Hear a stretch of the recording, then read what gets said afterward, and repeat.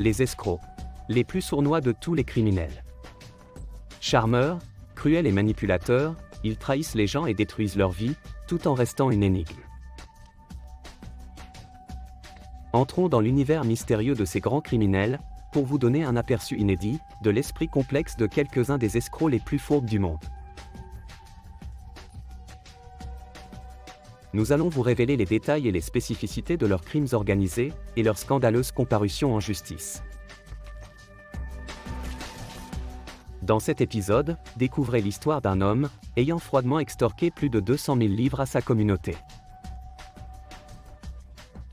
Glenn Rycroft a manipulé tel un psychopathe ses amis, sa famille et sa communauté en faisant l'impensable, prétendre qu'il avait un cancer.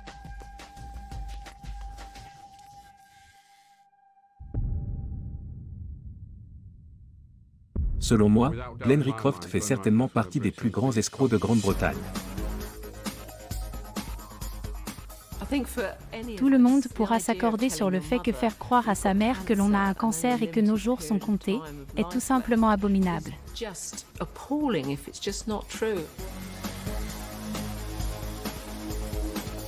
Il m'a fait du mal à moi, à ma famille, et à un nombre incalculable de gens.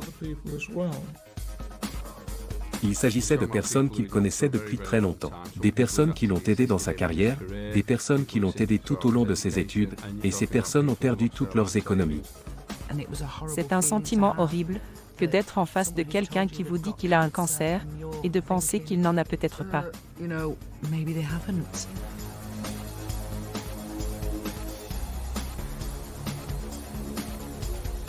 Si vous ne pouvez le croire lui, qui pouvez-vous croire ?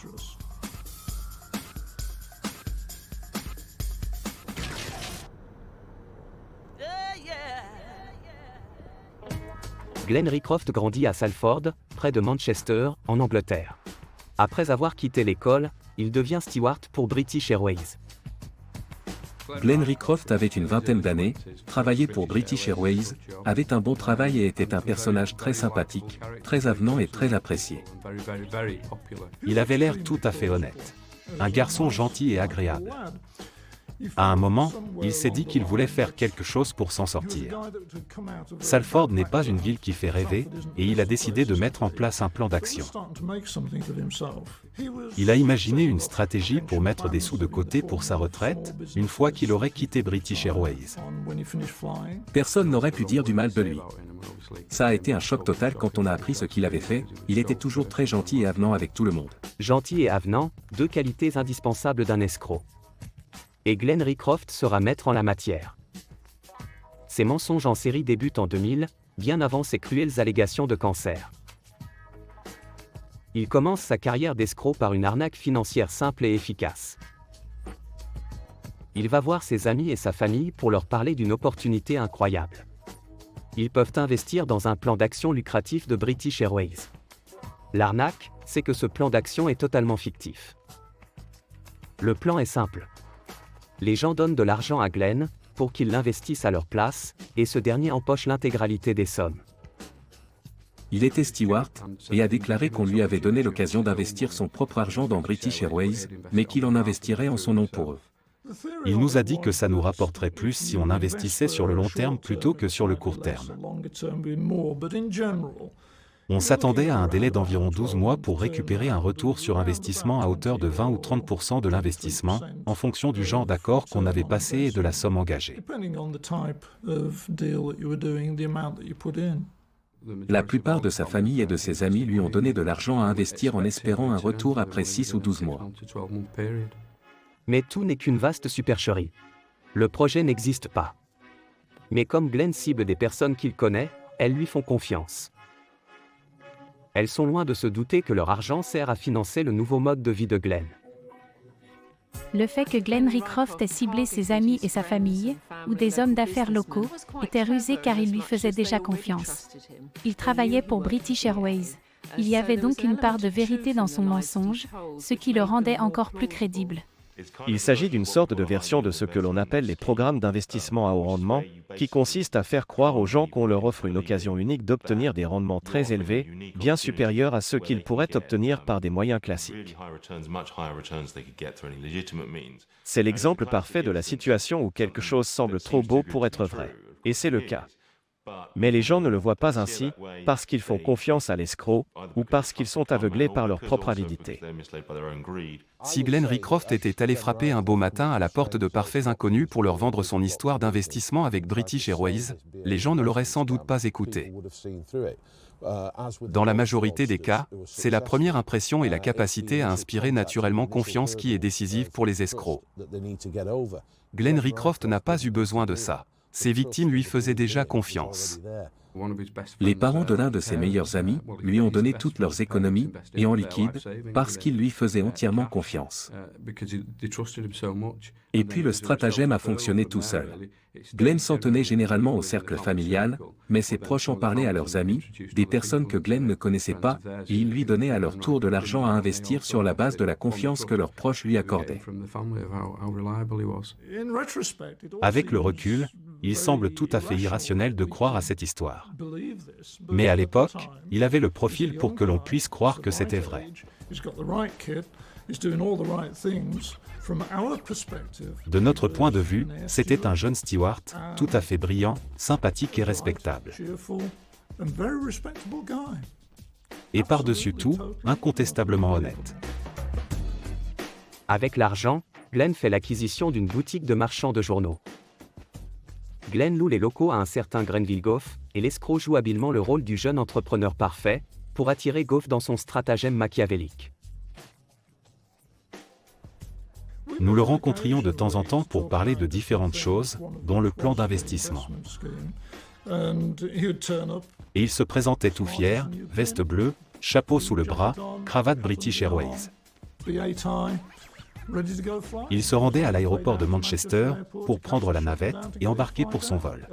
Il avait tout l'air de l'employé modèle de British Airways. Et nous n'avions aucune raison de croire le contraire. Peu de temps après, Glenn se met à parler de son faux plan d'investissement à Grenville Goff. Il a annoncé qu'il y avait un moyen d'être impliqué dans les régimes de retraite de British Airways. Cela semblait être une bonne idée. Il promettait un bon taux de rendement, avec une entreprise assez sûre, et donc nous avons dit oui.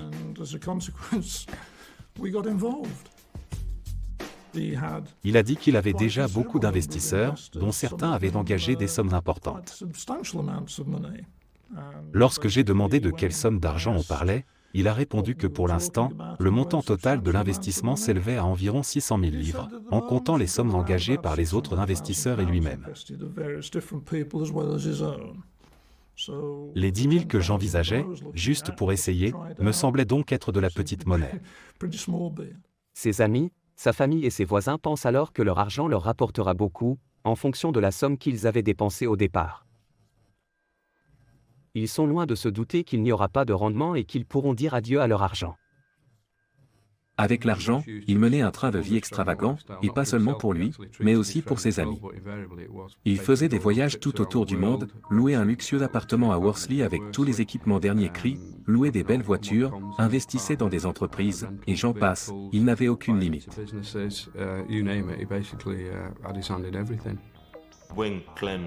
En tant que steward, il est possible que Glenn Rycroft ait vu des choses qui l'aient poussé à vouloir vivre cette vie-là. Pour les escrocs, je pense qu'il ne s'agit pas que de l'aspect matériel, mais aussi de ce que l'argent et tout ce qui va avec représente. Il s'agit de respect et de l'idée de ce style de vie. Et il se pourrait bien que tout ça lui soit venu à l'esprit en travaillant comme steward.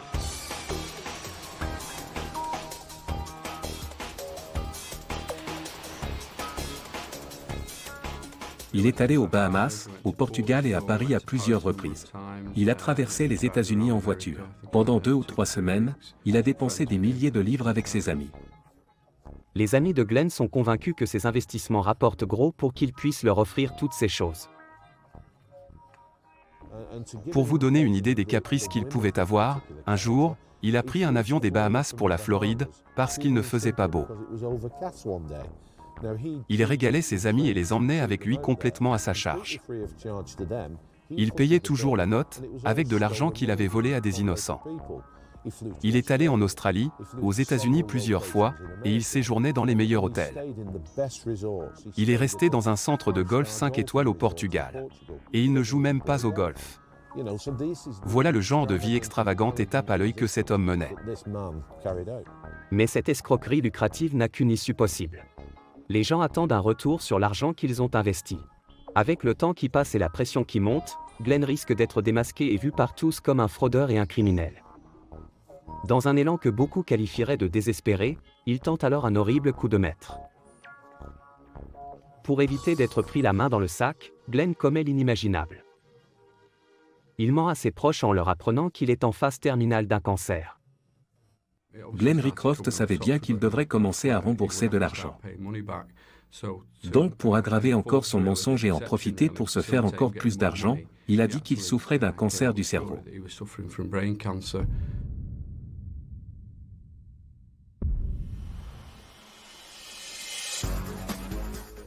Glenn Rycroft mène la belle vie à Salford, près de Manchester, au Royaume-Uni. Alors qu'il travaille comme steward, il parle à sa famille et à ses amis d'un plan d'investissement de British Airways, incroyablement lucratif, mais totalement fictif.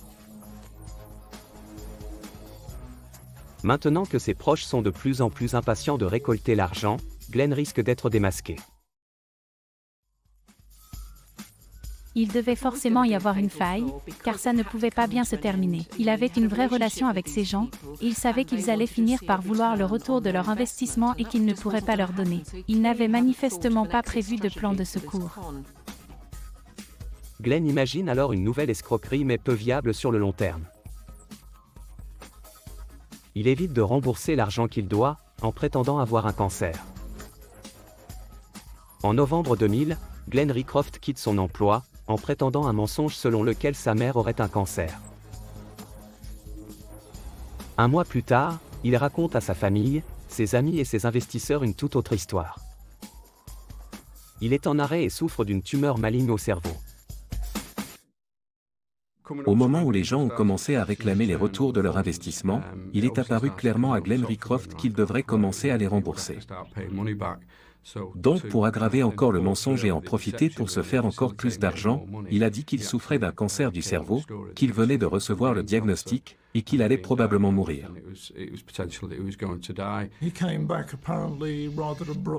Il est soudainement revenu de l'un de ses nombreux voyages et a annoncé qu'on lui avait diagnostiqué un cancer en phase terminale et qu'il lui restait probablement moins de 12 mois à vivre.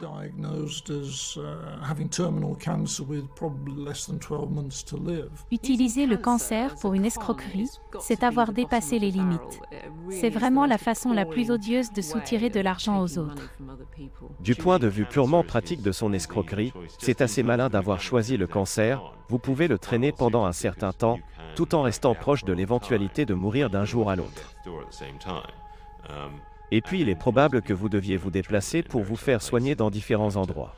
En ce sens, son mensonge cochait toutes les cases. Sur le plan psychologique, pour ces victimes, le cancer est toujours un sujet très sensible. C'est quelque chose dont on ne parle pas beaucoup.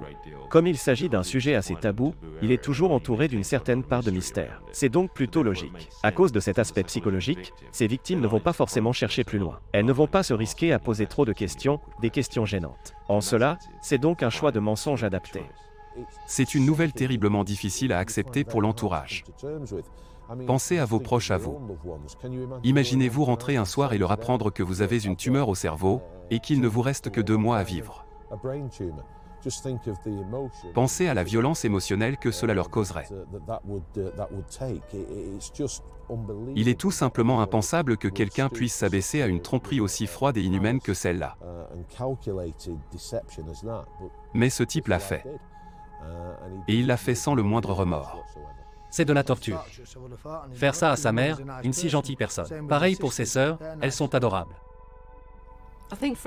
Tout le monde pourra s'accorder sur le fait que faire croire à sa mère que l'on a un cancer et que nos jours sont comptés est tout simplement abominable. Personne ne comprendrait que quelqu'un puisse faire cela, à moins d'avoir une sorte de tendance psychopathe, provoquant un tel détachement émotionnel de la situation. Personne ne posera de questions sensibles au sujet d'un plan d'investissement à un homme mourant. Personne ne le prendra à part pour lui réclamer l'argent qu'il a investi. Il s'agit incontestablement d'une manière diabolique d'échapper aux conséquences de ses actes. Mais je ne suis pas sûr qu'il ait poussé la réflexion aussi loin, car souvent, les psychopathes ne le font pas. Il a dit lui-même qu'il a prétendu avoir un cancer, alors que l'idée lui avait juste traversé l'esprit. Il ne sait pas pourquoi il l'a fait. Et cela a commencé comme ça. Glenn Rycroft présente plusieurs caractéristiques d'un psychopathe. Il a ce détachement émotionnel, ce manque de conscience et cette capacité à escroquer les gens qu'il connaît et qu'il aime. Avec ce terrible mensonge pour couvrir sa première escroquerie, Glenn est pour le moment tiré d'affaire. Et comme tout escroc, il effectue des recherches approfondies sur son sujet pour être le plus convaincant possible. Il a effectué des recherches minutieuses sur la maladie, sur les différents symptômes et les traitements. Pour avoir parlé avec des proches ayant été à la fois victimes et témoins dans l'affaire, nous savons qu'il passait beaucoup de temps sur Internet. Le web offre un réservoir d'informations inépuisables qu'il a pu explorer. Il a aussi acheté des livres de médecine traitant spécifiquement d'oncologie et de sujets similaires, comme des médicaments susceptibles de faire partie du traitement. Et il a créé un scénario tout à fait plausible pour que les gens y croient. Les gens font généralement preuve d'une grande empathie pour les personnes atteintes d'une maladie grave. Pour mieux faire passer son histoire, Glenn s'assure que personne ne doute de sa maladie. De manière assez troublante, il commence à présenter les symptômes d'un homme souffrant du cancer. Pour convaincre les gens de sa maladie, Rycroft avait l'air très amaigri. Il disait qu'il était fatigué et qu'il ne se sentait pas bien. Il a simulé la perte de ses cheveux. Il s'est rasé la tête et a fait croire aux gens qu'il suivait un traitement par chimiothérapie. L'un des témoins se souvenait très bien d'une soirée en particulier. Ils étaient chez lui quand Rycroft est sorti du salon pour revenir quelques minutes plus tard, en hurlant de douleur et en ayant du sang qui coulait de ses oreilles, de son nez, de ses yeux et de sa bouche.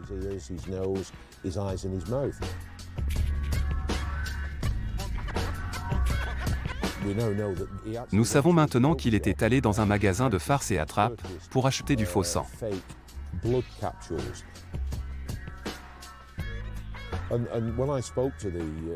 Lorsque j'en ai parlé à ces personnes, elles étaient tellement choquées et traumatisées qu'aujourd'hui encore, elles ont du mal à accepter le fait que quelqu'un puisse être aussi insensible pour faire une chose pareille.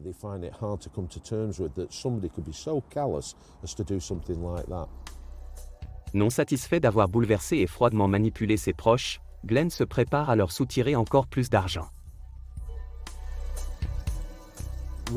Les amis et associés de Rycroft lui faisaient tellement confiance que lorsqu'il leur parlait de ses symptômes, ils étaient prêts à croire n'importe quoi. Il faut savoir qu'il avait affirmé être suivi par le National Health Service et par le réseau hospitalier Bupa. Il citait ces organisations médicales à ses amis, et ensuite, il faisait tout ce qu'il leur demandait. S'il disait qu'il n'avait pas besoin d'une ambulance, il n'en appelait pas. Il disait que cela faisait partie des symptômes, et qu'il fallait lui faire confiance, ce qu'ils ont fait. Ils lui faisaient confiance. Il était capable de mentir sur demande. Vous savez, certaines des histoires qu'il inventait étaient tout simplement hallucinantes, même en y repensant 3 ou 4 ans plus tard, je n'arrive toujours pas à y croire, c'était tout simplement hallucinant. Il était prêt à mentir sur n'importe quoi, sans jamais avoir aucun scrupule, quant à l'énormité de ce qu'il racontait. Cela ne le dérangerait pas le moins du monde. Les gens ont fait des dons pour ce qu'ils pensaient réellement être une bonne cause, à savoir essayer de financer la recherche privée et le traitement de Glenn Rycroft, parce qu'ils croyaient sincèrement qu'il souffrait d'un cancer.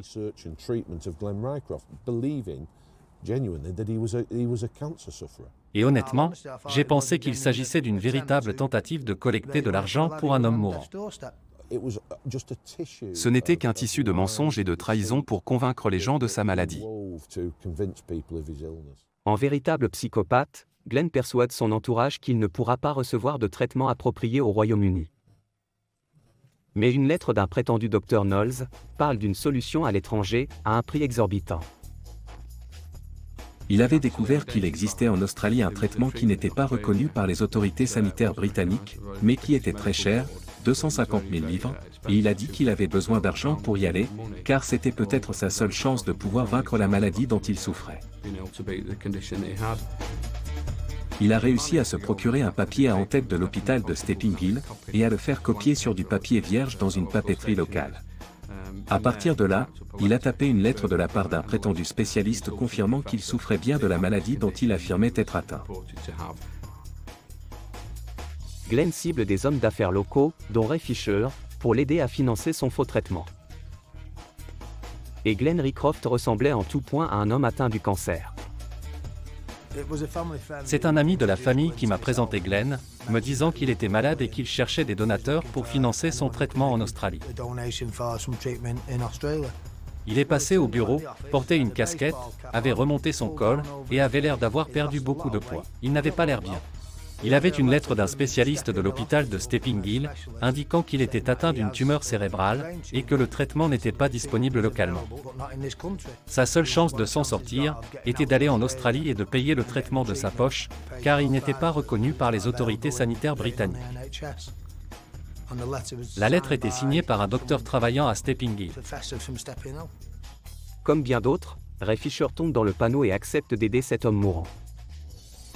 Je recevais régulièrement des appels téléphoniques me disant qu'il avait besoin de 150, 350, en fonction des autres dons. Il me faisait une sorte de compte rendu permanent de ce que je devais envoyer. Au final, il m'a demandé 30 000 livres. J'ai dit que je ne pouvais monter que jusqu'à 15.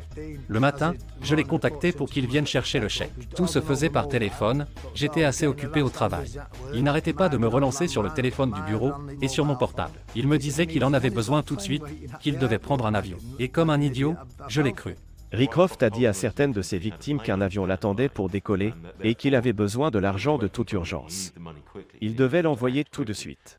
C'est un tour classique chez les escrocs, il s'agit de pousser leurs victimes à se précipiter. En mettant la pression sur les gens pour qu'ils donnent de l'argent rapidement, ils n'ont pas le temps de réfléchir ni de poser de questions. Ils s'exécutent sans broncher. Ils n'agissent que pour confirmer leur décision initiale, à savoir aider une personne en qui ils ont confiance. En leur mettant le couteau sous la gorge, il peut obtenir ce qu'il veut. Il a dit qu'un avion l'attendait à l'aéroport de Manchester pour décoller d'un moment à l'autre. Il ne nous a pas laissé le temps de respirer. Il nous a mis sous une pression énorme. Les gens ont investi dans un fonds pour qu'il puisse payer son traitement et tenter de sauver sa vie. Tout cela n'a fait que renforcer son escroquerie. Et il pouvait maintenir son mode de vie, car l'argent n'était plus destiné aux investissements, mais au traitement de son cancer. La nouvelle phase de l'escroquerie est lancée avec succès, et Glenn peut de nouveau faire le tour du monde grâce à l'argent des autres. Pensant financer la tentative désespérée de Glenn de sauver sa vie, les gens lui payent des voyages aux quatre coins du monde pour rencontrer d'éminents spécialistes et recevoir les meilleurs traitements. En réalité, ce dernier en profite pour s'offrir des vacances extraordinaires. Il emmène souvent ses amis avec lui, qui sont persuadés de le soutenir dans ses traitements éprouvants. Il ne se doute pas que toute cette histoire n'est en réalité qu'un triste mensonge, et qu'on est en train d'abuser de leur confiance. Quand il est à l'étranger avec ses amis, Glenn prend garde à ne jamais trahir son mensonge. Il disparaît de temps en temps en prétextant devoir recevoir les traitements qui pourront peut-être le sauver, ce que ses amis croient sur parole. Glenn revient parfois même avec des marques physiques des traitements qu'il dit avoir subis. Un jour, il revient avec une partie du crâne rasé pour faire croire à une intervention chirurgicale. Tout cela n'est qu'un mensonge. Pour rendre l'escroquerie plausible, il disparaissait pendant plusieurs jours en disant qu'il allait se faire soigner et qu'il voulait y aller seul, qu'il ne voulait pas leur imposer cela, et que c'était un traitement très douloureux. Il leur donnait de l'argent en disant « Tenez, j'y vais, débrouillez-vous avec ça en attendant ». Et il se rendait simplement dans un autre hôtel. À chaque fois, il restait dans des établissements 5 étoiles et menait la grande vie. Aucun des amis de Glenn Rycroft n'a voulu témoigner pour cet épisode. Chez Glenn Rycroft, je pense qu'il y avait un mélange d'appât du gain et du désir de mener la grande vie. Et l'empathie et la générosité que les autres lui témoignaient devaient être très gratifiantes. Mais le fait de s'en remettre à la gentillesse de sa communauté finira par causer sa perte. À Salford, dans le Grand Manchester, la population locale décide de faire tout ce qu'elle peut pour soutenir Glenn. L'escroc a sous-estimé leur générosité ainsi que le nombre de personnes qui voulaient l'aider. Quand il a commencé son mensonge de cancer, les choses lui ont très vite échappé, car sa famille et ses amis ont impliqué des personnes extérieures au cercle restreint qu'il avait formé et qui lui faisaient confiance.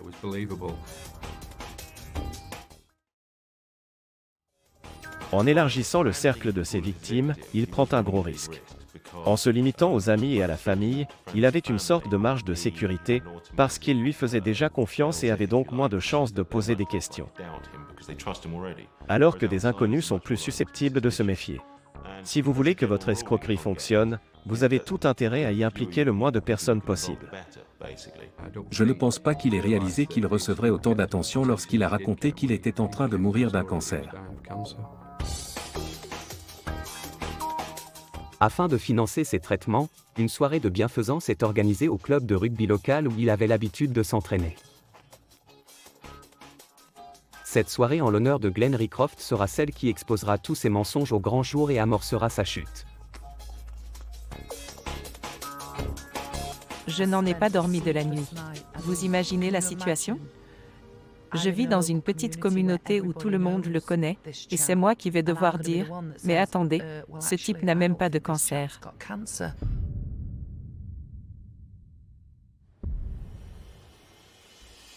L'ancien steward Glenn Rycroft a soutiré des centaines de milliers de livres à la communauté de Salford, près de Manchester, en Angleterre.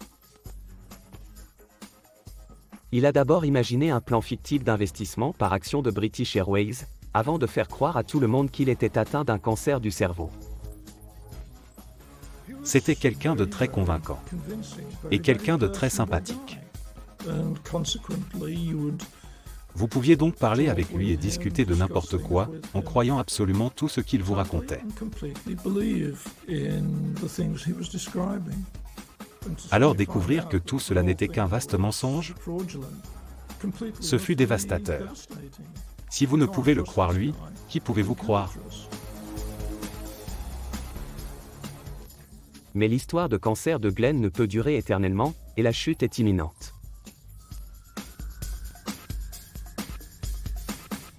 Le mensonge de Rycroft a fini par éclater au grand jour, lors de cette soirée aux Willows, juste derrière moi.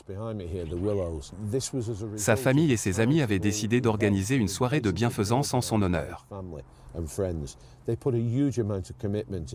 Ils se sont organisés pour faire venir des artistes de variété qui se sont produits pour presque rien, et tout était gratuit. Au départ, la soirée s'annonçait à merveille et devait permettre de récolter pas mal d'argent. Une soirée de divertissement, de musique et de collecte de fonds en l'honneur de Glenn. Mais pour une fois, Rycroft n'est pas enthousiaste à l'idée de recevoir de l'aide et garde ses distances. Il n'était pas très emballé par l'événement. La personne qui s'occupait d'organiser les spectacles de variété avait aussi eu un cancer. Elle a essayé de parler à Glenn pour lui apporter du soutien et voir s'il avait besoin de conseils, mais Glenn est resté très distant. Il s'est bien gardé de lui parler, tout simplement parce que cette personne aurait vu clair dans sa ruse et ses tromperies. Autre coup du sort inattendu, l'animatrice de la soirée travaille pour British Airways, l'ancien employeur de Glenn. Très bonne soirée à toutes et à tous, et merci d'être venus à la soirée de bienfaisance en l'honneur de Glenn Rycroft. Tous les fonds récoltés ce soir sont destinés à une très bonne cause. Il y aura de très bons spectacles. Debbie Henley avait également essayé de parler à Glenn avant la soirée de bienfaisance. J'ai essayé de le contacter à plusieurs reprises, mais je n'arrivais jamais à le joindre sur son téléphone portable. J'ai finalement réussi à l'avoir, et il s'est montré très brusque. J'ai mis cela sur le compte du fait qu'il suivait peut-être un traitement, et qu'il ne se portait pas très bien. Je lui ai expliqué que mon rôle d'animatrice de la soirée était de collecter le plus d'argent possible, et que nous aurions aimé impliquer British Airways. J'avais entendu par les organisateurs que British Airways avait donné une importante somme d'argent, en plus d'avoir offert des prix de tombola. Alors j'ai dit à Glenn, publions quelque chose dans British Airways News, le journal de l'entreprise. Les employés de British Airways sont très généreux. Contactons-les et impliquons-les pour obtenir le maximum d'argent possible. Il s'est alors mis sur la défensive et a déclaré qu'il ne voulait surtout pas que cela paraisse dans le British Airways News. Il avait aussi appris que je travaillais pour British Airways et m'a dit qu'il ne voulait surtout pas que j'anime sa soirée. J'ai trouvé ça un peu bizarre, mais je me suis dit qu'il ne se sentait sans doute pas bien. Je lui ai expliqué que ce serait malheureusement bien moi qui animerais la soirée, mais que je ferais tout pour récolter le plus d'argent possible. Mais les soupçons de Debbie Henley ne font que commencer. J'ai demandé plusieurs fois si Glenn serait présent à la répétition pour que je puisse avoir quelques mots avec lui. Je voulais savoir s'il se sentait d'aller chercher son chèque lui-même lors de la soirée ou s'il préférait que quelqu'un d'autre y aille. Et on m'a répondu plusieurs fois que Glenn ne serait pas là, qu'il subissait 2 ou 3 séances de radiothérapie par jour et qu'il ne serait malheureusement pas en état d'assister à la soirée. Des gens m'ont aussi dit qu'il était parti pour recevoir son traitement et je leur ai demandé qui allait le ramener si sa famille était à la soirée. Et ils m'ont répondu qu'il s'y rendait tout seul en voiture, car il ne voulait pas imposer à ses proches de le voir dans un tel état, qu'il préférait garder ça pour lui pour ne pas perturber ses proches. Ce qui s'est passé, c'est que plusieurs personnes dans l'organisation de la soirée ont commencé à avoir de légères inquiétudes, sans vraiment pouvoir mettre le doigt dessus. Mais des petits détails commençaient à s'accumuler. Et quand je discutais avec les gens, ils me disaient que British Airways lui avait prêté 30 000 livres pour son traitement. British Airways est une entreprise très généreuse qui se préoccupe réellement du bien-être de ses employés. Mais il ne s'agit pas pour autant d'une association caritative. Vous imaginez le nombre d'employés qui tombent malades? Ils ne peuvent pas faire ça à chaque fois. Cette situation commençait à paraître bizarre. Puis nous avons appris qu'il était allé dans une clinique en Australie qui avait un traitement contre le cancer, mais qu'il avait dû signer un contrat lui interdisant de révéler où se trouvait cette clinique et le type de traitement qu'il avait reçu.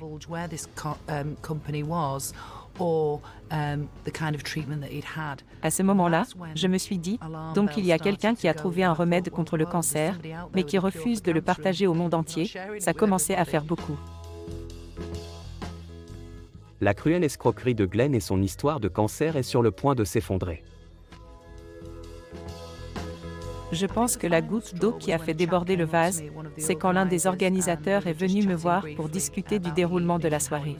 Il m'a dit, « Vous savez, British Airways est une entreprise tellement merveilleuse. » Glenn m'a dit qu'ils avaient mis un jet à sa disposition pour l'emmener n'importe où, en cas de remède contre le cancer. Il y a quelque chose qui n'allait pas. Même le directeur général de British Airways n'avait pas de jet à sa disposition. C'était impossible. C'était juste impossible. Ça ne pouvait pas être possible. C'est à ce moment-là que j'ai compris que quelque chose clochait.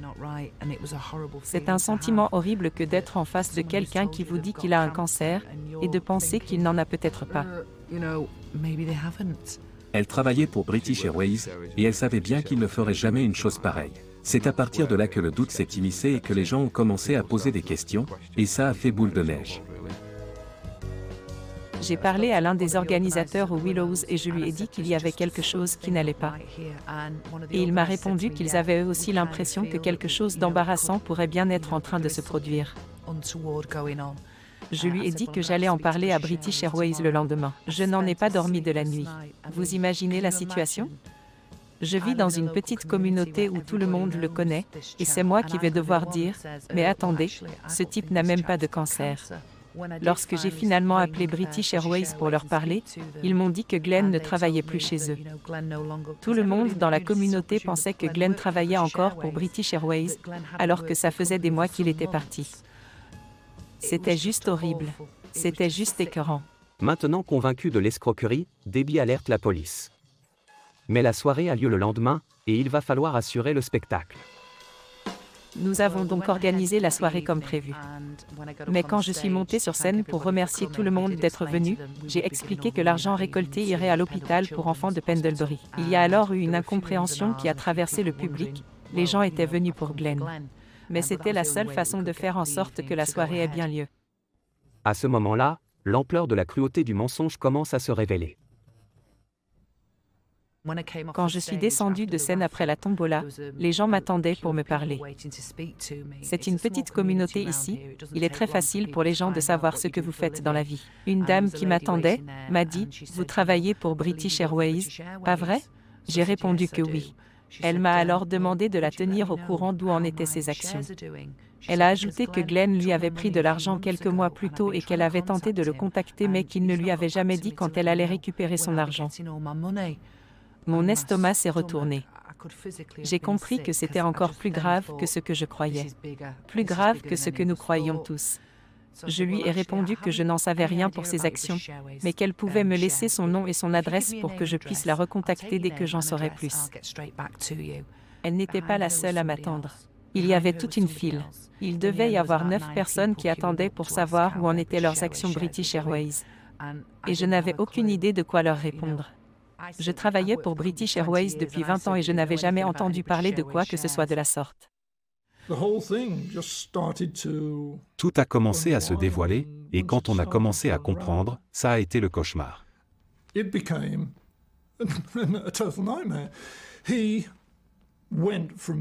Glenn est passé du chic type à un escroc impliqué dans un certain nombre de sales combines.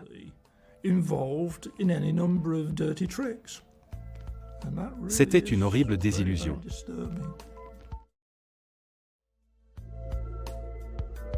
À la fin de la soirée, alors que j'étais dans les loges derrière la scène, un homme est venu me voir pour me dire que Glenn était là et qu'il voulait parler à l'animatrice. Je ne pouvais pas avoir l'estomac plus noué qu'à ce moment-là.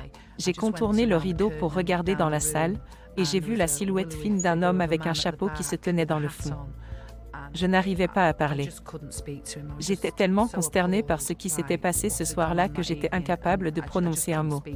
Je suis juste retournée dans les loges. Les pires craintes de Debbie Henley ne tarderont pas à se confirmer.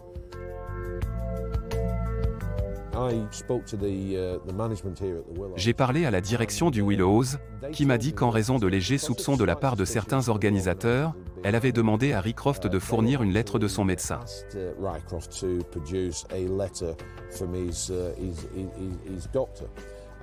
Une lettre a bien été donnée, et j'ai pu la lire moi-même. Elle portait la signature d'un certain Dr Knowles, de l'hôpital de Stepping Hill, à Stockport.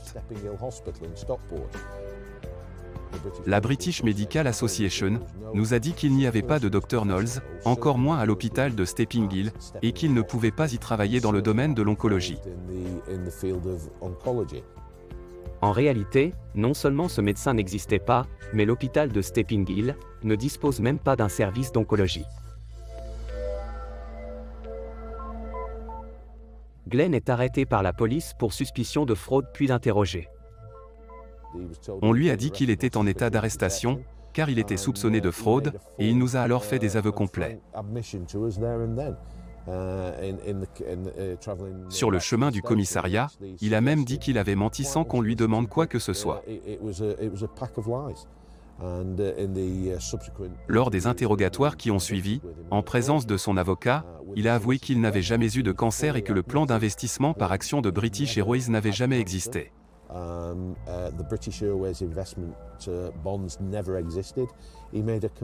Il a signé des aveux complets pour tous les délits qu'il avait pu commettre. Lors de la perquisition, nous avons retrouvé chez lui des revues médicales surlignées au passage portant sur la maladie qu'il simulait. Nous avons aussi retrouvé des reçus d'un magasin de farce et attrape pour les capsules de faux sang qu'il avait utilisées pour faire croire à sa famille qu'il saignait du nez et de la bouche. La nouvelle se répand rapidement au sein de la communauté. Par la suite, j'ai appris qu'il y avait beaucoup d'autres personnes qui s'étaient fait avoir comme moi dans cette histoire de plan d'investissement de British Airways.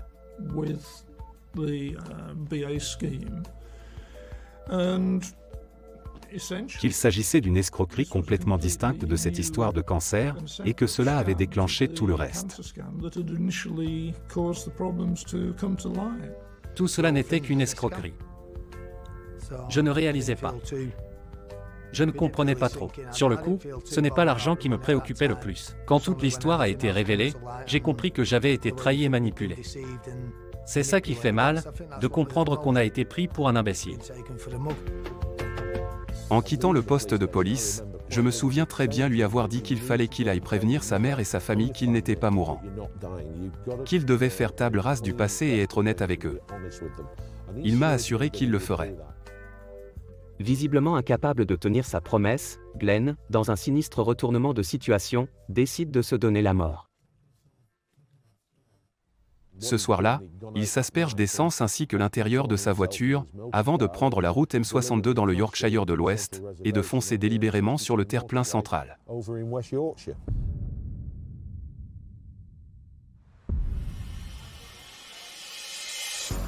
Glenn Rycroft a cruellement escroqué et manipulé ses amis, sa famille et sa communauté locale de Salford, près de Manchester, en Angleterre. Sa première escroquerie remonte à l'année 2000. Il convainc des gens de mettre de l'argent dans un plan d'investissement fictif, et finance son mode de vie extravagant avec leurs économies.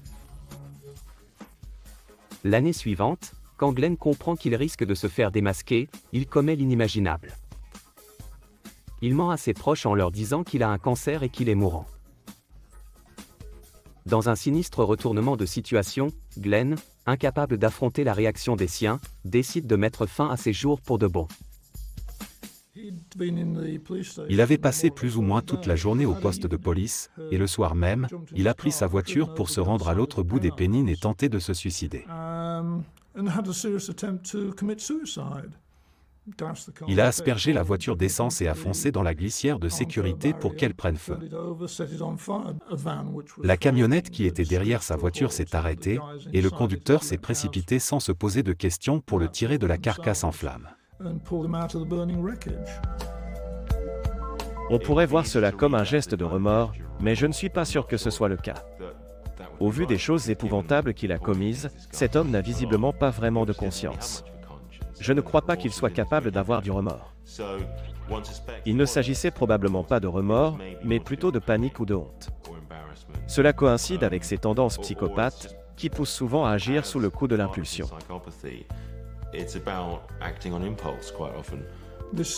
Plutôt que d'affronter les conséquences de ses actes, il a visiblement préféré mettre fin à ses jours.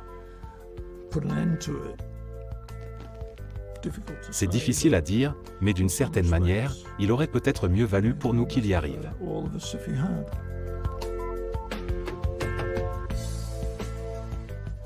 Maintenant que Glenn est hospitalisé, c'est au sergent Steve Redford d'assumer la lourde responsabilité d'annoncer à sa famille que leur fils et frère n'a en réalité jamais eu de cancer.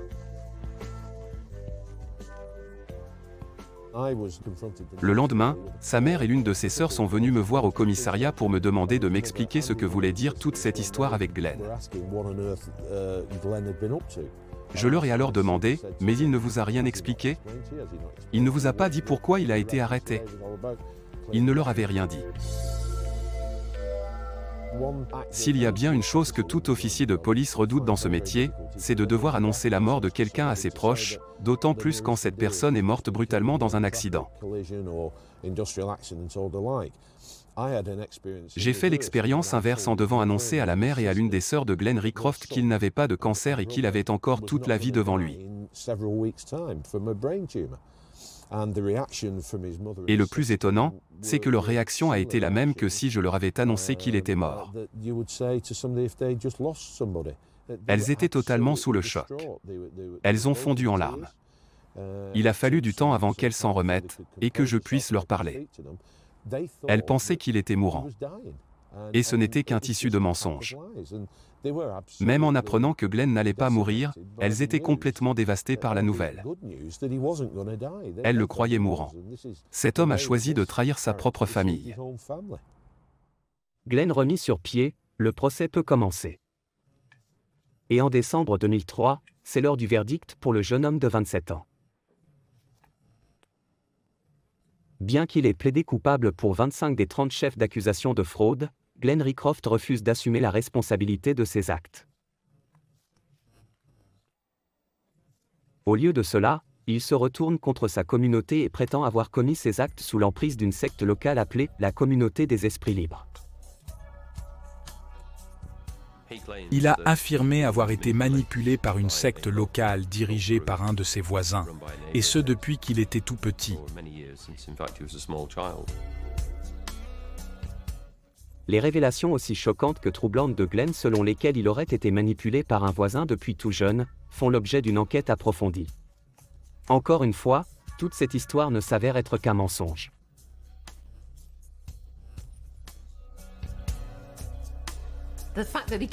L'histoire de secte qu'il avait présentée au tribunal pour fuir toute responsabilité n'était que le dernier mensonge d'une triste série. C'était encore un mensonge de plus qu'il avait inventé pour se tirer d'affaire. Mais cela colle avec un trait caractéristique des psychopathes ou sociopathes, que l'on pourrait appeler fabulation, et qui correspond au fait de mentir sous le coup de l'impulsion. C'est comme s'il improvisait au fur et à mesure. Comme si la dernière chose qu'il pouvait tenter pour se sauver était de trouver une autre excuse pour expliquer tout le reste. Il ne s'agissait au final que d'une nouvelle supercherie, un tour de passe-passe pour faire croire aux autres que la situation n'était pas celle qu'ils croyaient. D'une certaine manière, il tentait sa plus grande escroquerie. Le fait que le juge n'ait rien voulu entendre a révélé aux yeux de tous qui il était vraiment. Plus personne n'était prêt à croire un seul mot de ce qu'il disait. C'était la fin pour Glenn Rycroft et ses cruelles manipulations. Ces fausses allégations, selon lesquelles une secte contrôlait le moindre de ses faits et gestes, sont rejetées par le juge, et l'escroc sans pitié est condamné à une peine de détention. Lors du procès, Glenn Rycroft a plaidé coupable pour 25 chefs d'accusation de fraude et a été condamné à une peine de 4 ans, ce qui est assez lourd pour ce genre de délit. Je pense que les torts qu'il a causés à des associations de bienfaisance n'ont pas joué en sa faveur. Le juge décrit Glenn Rycroft comme un escroc mauvais et sans cœur. On estime qu'il a gagné 200 000 livres grâce à ses tromperies. Nous avons perdu 10 000 en liquide. Le reste, c'est de l'argent qui devait nous être rapporté, mais qui s'est volatilisé. Très peu d'argent a pu être récupéré à cause du mode de vie qu'il menait. Il menait une vie de millionnaire, prenait des avions pour n'importe quelle destination quand il voulait, et louait des appartements qui lui coûtaient des milliers de livres par mois. Individuellement, la plus grosse somme qu'une victime ait perdue est d'un peu plus de 50 000 livres. Et au total, les sommes dérobées s'élèvent à 200 ou 250 000 livres. De manière générale, on pourrait dire que certains escrocs sont parvenus à détourner des sommes bien plus importantes. Et je suis d'accord avec ça. Mais là où je dirais que Glenn Rycroft se rapproche des plus cruels escrocs, c'est dans les mensonges dont il se servait. Mentir à ses proches en leur disant qu'il était en train de mourir d'un cancer et qu'il ne lui restait plus que quelques semaines ou mois à vivre, ça en dit long sur le personnage. Je pense qu'il a choisi le mensonge du cancer parce que personne n'aurait osé en douter. C'est un sujet tellement grave, voire tabou, que personne ne soupçonnerait qu'on puisse prétendre en être atteint. Cela fait partie de ces choses que l'on ne remet pas en question, et c'est pour ça que ça a marché aussi longtemps. La communauté est tombée dans le panneau, sa famille proche, ses parents, ses frères, ses sœurs, sa belle famille, ses meilleurs amis, tout le monde, ils ont tous été des victimes de Glenn Rycroft. La ville de Salford a aussi été une victime, cela a indéniablement ébranlé la confiance au sein de la population. Glenn Rycroft purge 2 ans sur les 4 de la peine prévue avant de retourner à Salford. Mais la ville ne sera plus jamais la même après que Glenn ait abusé sans aucune pitié de la générosité de ses habitants. Il a fait beaucoup de mal à la communauté de Salford, et cette histoire a instauré une méfiance générale envers tout événement caritatif. Il faudra du temps avant que cette confiance revienne. Les personnes qui avaient investi dans son projet auront beaucoup plus de mal à investir à nouveau. J'ai l'impression que les dommages sont assez importants. En tant que communauté, les gens ont été absolument dévastés. En particulier les hommes d'affaires qui avaient investi ou donné de l'argent en pensant qu'il était en train de mourir d'un cancer. Il y avait de la honte, de la colère et de la désolation, surtout chez les personnes dont il était très proche et qu'il avait escroqué.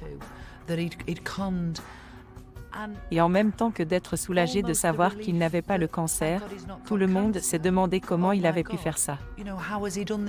Comment a-t-il pu nous faire ça? Et comment a-t-il pu s'en sortir? Je crois que c'est la grande question que tout le monde se posait. Je pense que certaines personnes, dont moi-même, se sont senties ridicules.